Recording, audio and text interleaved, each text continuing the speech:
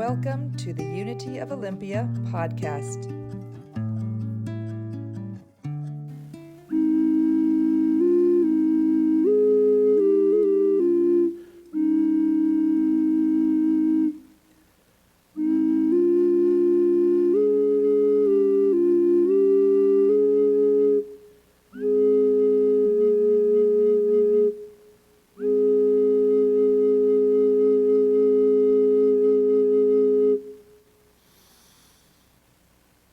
This is the year for making changes. This is the year for moving on. This is the year of overcoming. This is the year for growing strong. And this is the year for a new way of thinking. This is the year for making plans. And this is the year for reaching out. And this is the year for joining hands. Gone all the lonely nights of yearning, gone all the dark and cloudy skies, all the unsteady bridges burning, all of the doubt and all the lies. And this is the chance to recapture the power. This is the time to abandon the fear. And this is the moment, the finest hour. This is the year, this is the year. This is the year that I put into action all my desires and all of my means. And this is the year that I follow my passion. And this is the year of my dreams. This is the year I'm letting go of trying to change the ones I love. This is the year I turn it over. This is the year I look above. This is the year that I take my intention, turn it away from distraction and talk. This is the year I take the step, and this is the year I walk the walk. This is the year that I put into action all my desires and all of my means, and this is the year that I follow my passion. This is the year of my dreams. This is the year I make it happen. This is the year I follow through. And this is the year I move ahead on all of the things I want to do. And this is the chance to renew my commitment. This is the time to be conscious and clear. This is the moment for living fully. This is the year, this is the year.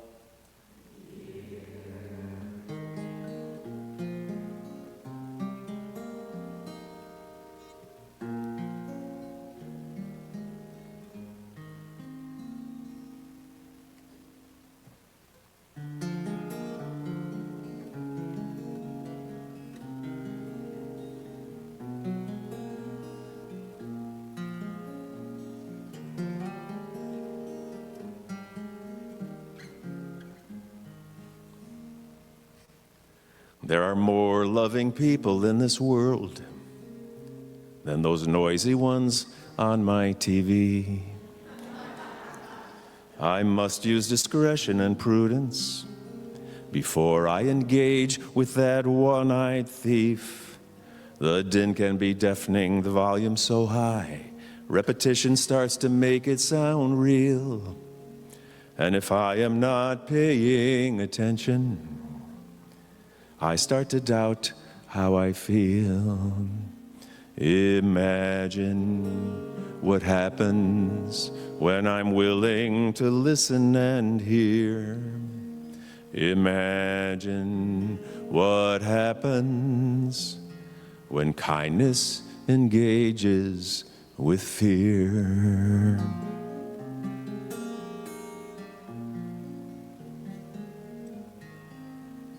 And volume doesn't equal consensus, and shouting is a red flag to me. A softer approach to hard subjects may bring on the change that I wish to see. I will not chew on those sound bites. There's more to the stories I read, and I am not buying the message that is sponsored by power and greed. Imagine what happens when I'm willing to listen and hear. Imagine what happens when kindness engages with fear. Alarming and chilling, inhuman and bold, cold, that's the tone of these desperate days. Disarming and human and willing and bold is my tenor for turning to grace. There are more loving people in this world than I might be led to believe. I won't be distracted from trusting and move forward to give and receive. The din can be deafening, the volume so high, I won't be seduced by the noise. I am ready to act with my conscience and remember that I make my choices. Imagine what happens when I'm willing to listen and hear. Imagine what happens when kindness engages with fear. Am I willing to listen and hear? Imagine what happens when kindness engages with fear.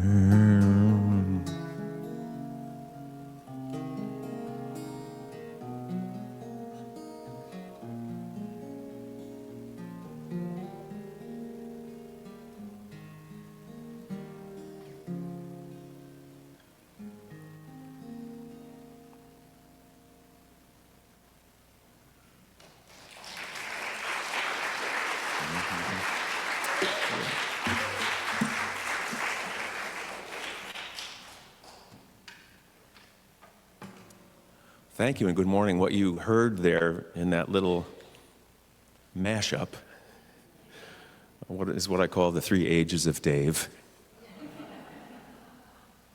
I got this magical piece of clay. This is a triple-chambered ocarina almost 40 years ago when I was living in New York City. And one Saturday afternoon, a bunch of us were in the basement of a church on the Upper East Side of Manhattan. It was the Cathedral of St. John's of the Divine. A very beautiful place if you've ever been, where I used to go hear the Paul Winter Consort play all the time in the 1980s.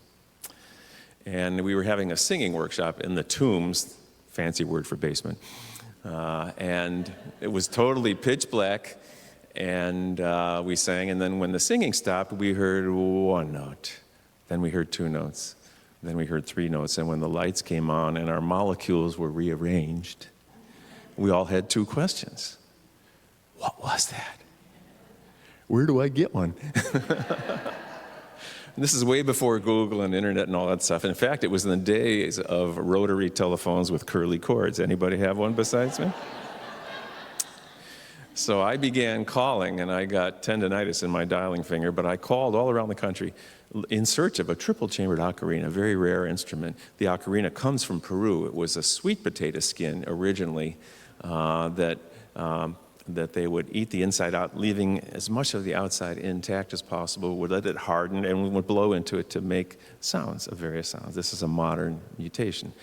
And I found a woman in Berkeley, California. I was living in New York, who made them, but she had arthritis in her hands and couldn't make them anymore. But she had an apprentice in Boston. So next thing I knew, I found myself on a 5-hour bus ride from New York to Boston, and I met Kathy Tai, who remains a friend to this day and has made me 3 of these. She and I talked for a couple hours, and when we were done talking, she said, I think this is the first one she made. I think you're the person who's supposed to have this. And I gave her some money because her time is valuable. And she said, I knew it was going to be you when you walked in, though, because somehow I'd already put your face on it.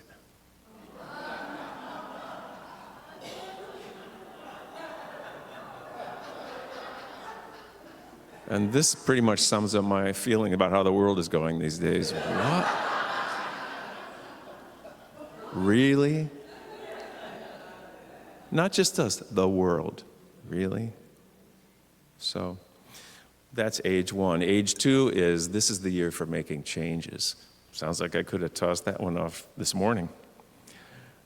I wrote that in 1990.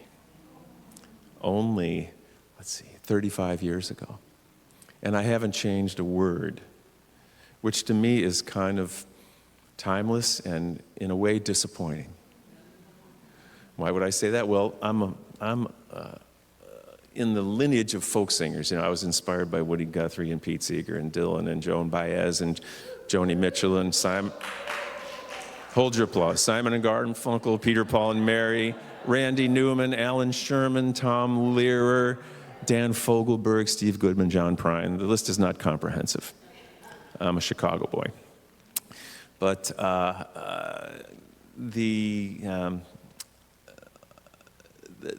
Pete Seeger wrote with Lee Hayes a little jingle you might have heard of over the years called If I Had a Hammer. He wrote that in the year 1949. So last year was the 75th anniversary of If I Had a Hammer. And Pete, for me, that's a Mount Rushmore folk song. I would put it on my Mount Rushmore of folk songs. Pete, I'm sure, I got to know him a little bit while he was still alive, and we did a few things together, as did many other people. I'm not bragging about that. I'm just saying I'm happy I got to do that. And he would be proud of a song like that, but he would say, really? 75 years later? Still? Come on, people. Smile on your brother. Everybody get together. And I sort of feel the same way about This Is the Year. Like, oh gosh, I wish some of these songs had shorter shelf lives, and then I could stop singing them. But in some cases, there's no end in sight, So the songs continue to be sung, which brings us to the third age of man. Imagine What Happens, which is a new song, about the marriage. Originally, the way I framed writing the song was that kindness and fear were actually embodied, and kindness got down on one knee and proposed to fear. And it was a relationship of a marital sort. But I landed on this because I thought the metaphor was too cute.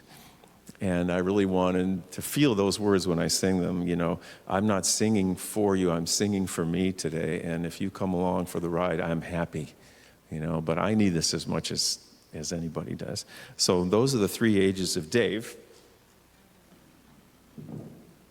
And this is a guitar I forgot to take out of the dryer this morning. I borrowed this from my friend Larry Pattison, Washington, up in Seattle.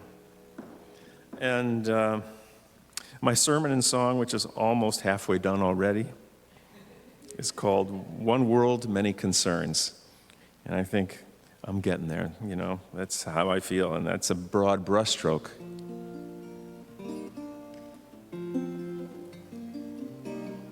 So my hope is to do 2 more songs in the sermon portion, and then we'll continue on for the service. And may I say how great it is to be back here again. Looking out at your faces is like, the intangible thing I can't describe when people see that I'm doing 13 appearances in 12 days here, all over Washington and Oregon. And they say, how do you do that? I'm a bona fide baby boomer, But what I will tell you is that I am not depleted by all this much activity. I am renewed when I play music. It energizes me. And everywhere I go, after all these years, without exception, I am with the loveliest, kindest, most generous people in the world everywhere I go. And so that includes you. And that's a good job. I feel really lucky. I've worked really hard for a long time. But like any muscle that you exercise, it gets stronger, So I am not standing up here doing anything any of you couldn't do or couldn't have done, making different life choices. So it's never too late to start, So hop on board. I sing this next song in honor of my friend Mary Jo Perrone, who passed away a few weeks ago down in Florida. Some of you have heard me play at traditions over the years when Dick Meyer was there. might have heard me sing this song. Mary Jo Perrone was a woman with different abilities. And she requested to have lunch with me in Florida through a mutual friend of ours. She and her friend Carol Rudinsky, who was born with cerebral palsy. The two of them wanted to have lunch with me after I did a Sunday morning service at a Unitarian church in Fort Lauderdale area. It was Dr. Martin Luther King Jr. birthday that morning, and I have this thing called a sermon and song like this. That one that I do for Dr. King's birthday every year somewhere in Florida is called We Have a Dream. You know, and I know there's Dr. Martin Luther King Jr. birthday, but his words ring true for me all year round, and they're always worth quoting and reminding myself of. So Mary Jo and Carol wanted to have lunch with David, and when we got to the diner after the service, after We Have a Dream, they were so kind of intimidated, I guess, that being so close to me, because they were sitting, you know, about where David and Lisa were sitting for the whole service, just smiling up at me the whole time. But when we got 2 feet apart, they were like, you know, kind of nervous. And I'm just thinking, gosh, if you only knew who I wasn't. Finally, we coaxed out of them that, and my friend Robbie Greenberg, their advocate, was there with me, longtime friend and music lover, said, well, ladies, you have a question for David, don't you? And yeah, and so finally, Carol, the one who has the most difficulty speaking with her cerebral palsy, became the spokesperson because Mary Jo was looking at her going, as if to encourage her to be the spokesperson. So Carol very slowly said, we want you to write a song for us. I said it a lot faster than she did. If you've ever talked to somebody with a CP, they speak slowly, most do, but you can understand, you tune in. It's a little paradigm shift.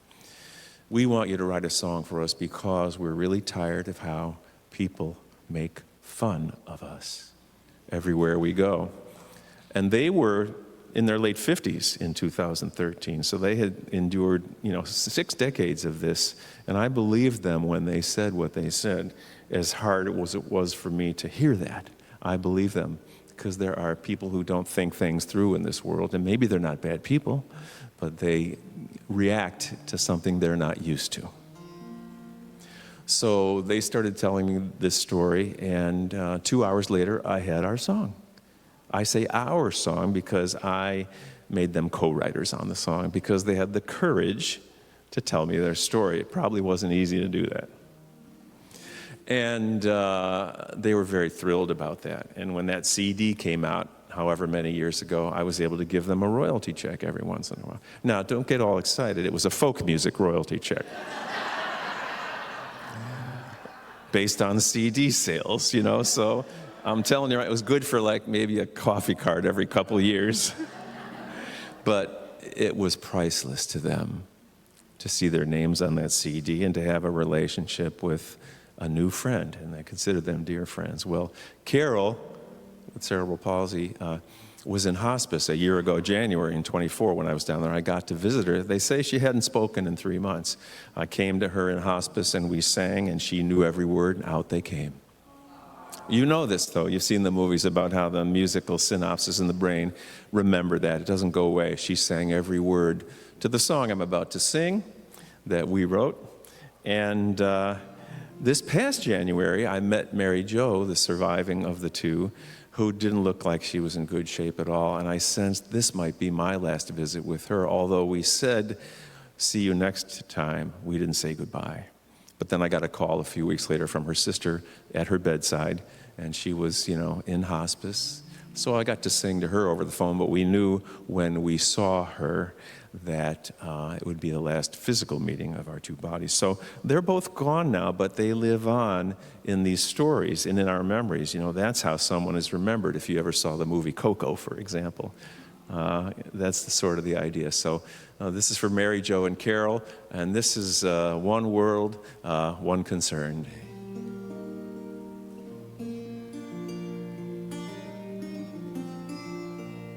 Mary Jo got a job down at the fast food joint. She was happy for the work. Mary Jo was put on fries. She's been making them for years. This is her specialty. Mary's special, very special. When you're making fries, you see a lot of people. You get to be up front, right by the counter. You get to talk to customers. You get to look outside. And Mary Jo delighted in her job. The new manager they got was someone younger. It didn't seem that this person understood that Mary Jo was just a little different, but as good as any worker that this place had ever had. One day the boss told Mary Jo to make the Happy Meals and sent her to the back part of the store. This person also used the word retarded. The meals weren't so happy anymore. Mary Jo says, all I really want to be treated just like everybody else. Consider my abilities. I am competent, I work hard, and I help.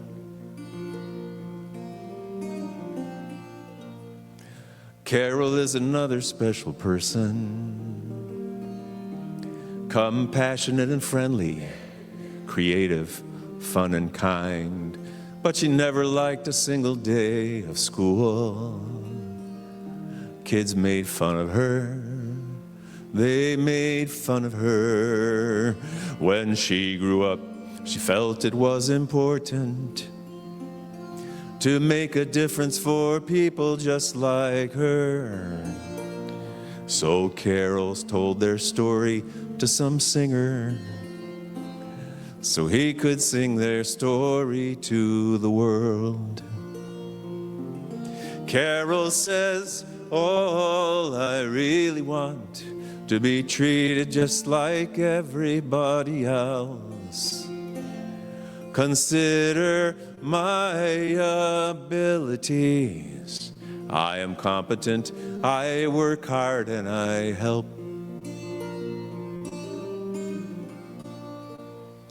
Mary Jo and Carol are good friends, and they do things together just like you and me. So if you ever see someone who's making fun of people like think who has the disability.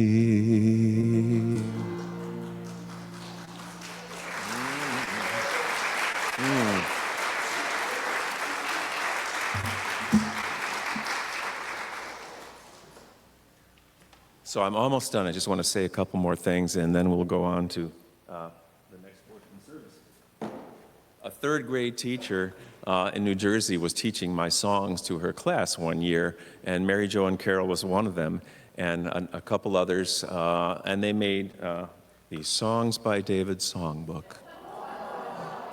Now, I'm not selling this. This is the only copy that I have, but I want you to come look at it at coffee hour. I've got some flash drives down there. I don't have CDs anymore of all my music, and her third grade class illustrated that song and two others, and this is a really cool thing to look through, so I want you to come take a look at it. No charge whatsoever.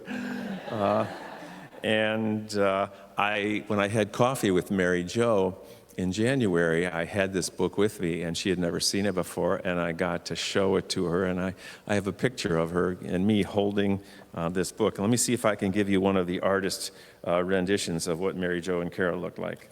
There we go. Oh, yeah.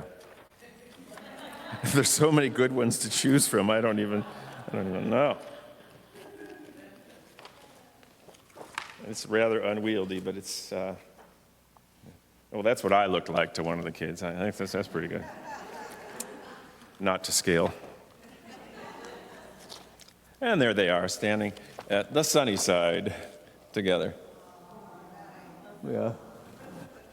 So, I just wanted to tell you all that I have a songbook. And one of the other songs in here was licensed by a publishing company in India, believe it or not. So I'm very proud to tell you that my song, 9 Gold Medals, is in over 100,000 elementary school textbooks for kids in India learning how to speak English. From me. I was very excited about that, and they asked me what my licensing fee would be, and I had to draw on my deep experience of licensing my songs to elementary school publishers in India. Let's see, what did I do last time? I asked them for most favored nations clause, whatever the most you gave to any, and they really, they proudly said, we will deposit, 2,750 rupees in your bank account. And I said, this is it. This is the culmination of all these years of work in folk music. $127. There you go. So, all that is to say is my mission going forward is twofold, and I thank you for your kind attention this morning. It is to do what my teacher, Byron Katie, says. She says, the only way to suffer is to think about the past or the future, but only 100% of the time. So my mission is to inhabit the present moment as best as I can and to do the best that I can. Thank you very kindly.